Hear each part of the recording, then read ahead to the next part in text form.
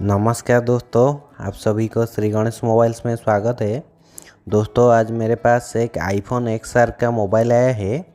ये फ़ोन में कस्टमर का कहना है कि जब भी इसमें सिम डालते हैं तो इसका जो नेटवर्क है कभी कभी शो करता है, कभी कभी रनिंग करता है, लेकिन इसमें कोई भी कॉल या नेट नहीं चलता है। ये फ़ोन को उसने किसी दुकानदार को दिखाया था और उसका निकालने के टाइम इसका बैटरी भी ख़राब हो गया था और इसका जो बैटरी कनेक्टर है वो भी साथ में ख़राब हो गया था।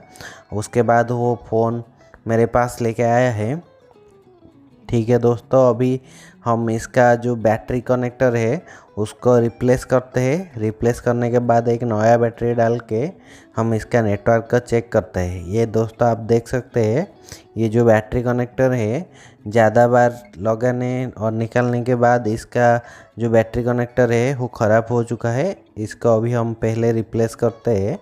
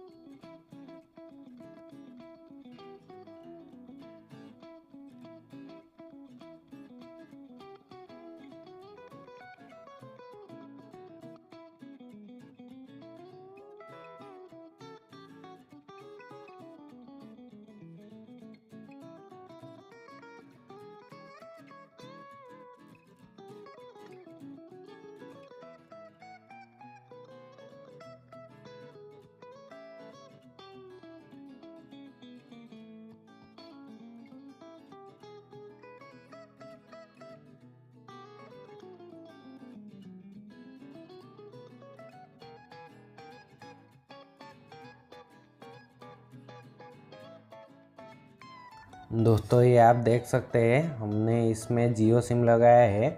इसमें दोस्तों अभी लो नेटवर्क जैसा दिखा रहा है, लेकिन इसको अभी हम अनलॉक करके आपको दिखाते हैं।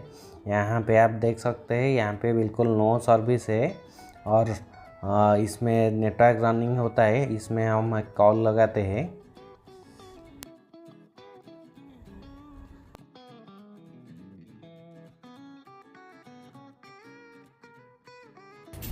आपण डायल करिथिबा नंबर टी वर्तमान व्यस्त अछि किंबा एही मुहूर्तरे जो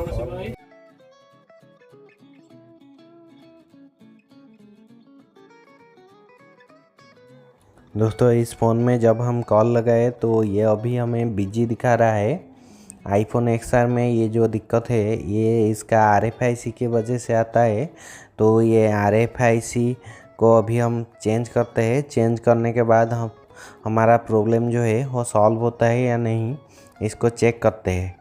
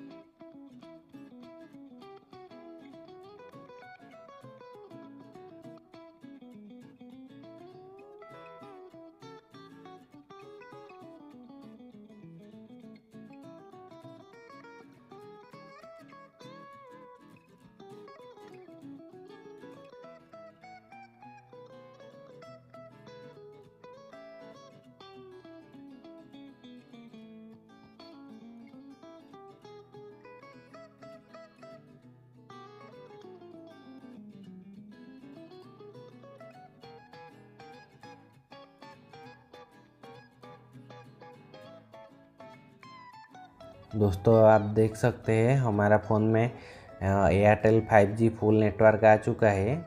इसमें अभी हम कॉल लगाते हैं तो हमारा कॉल भी आ चुका है। इसका मतलब हमारा प्रॉब्लम जो है वो सॉल्व हो चुका है। थैंक यू दोस्तों, मेरा वीडियो लास्ट तक देखने के लिए आप सभी को धन्यवाद।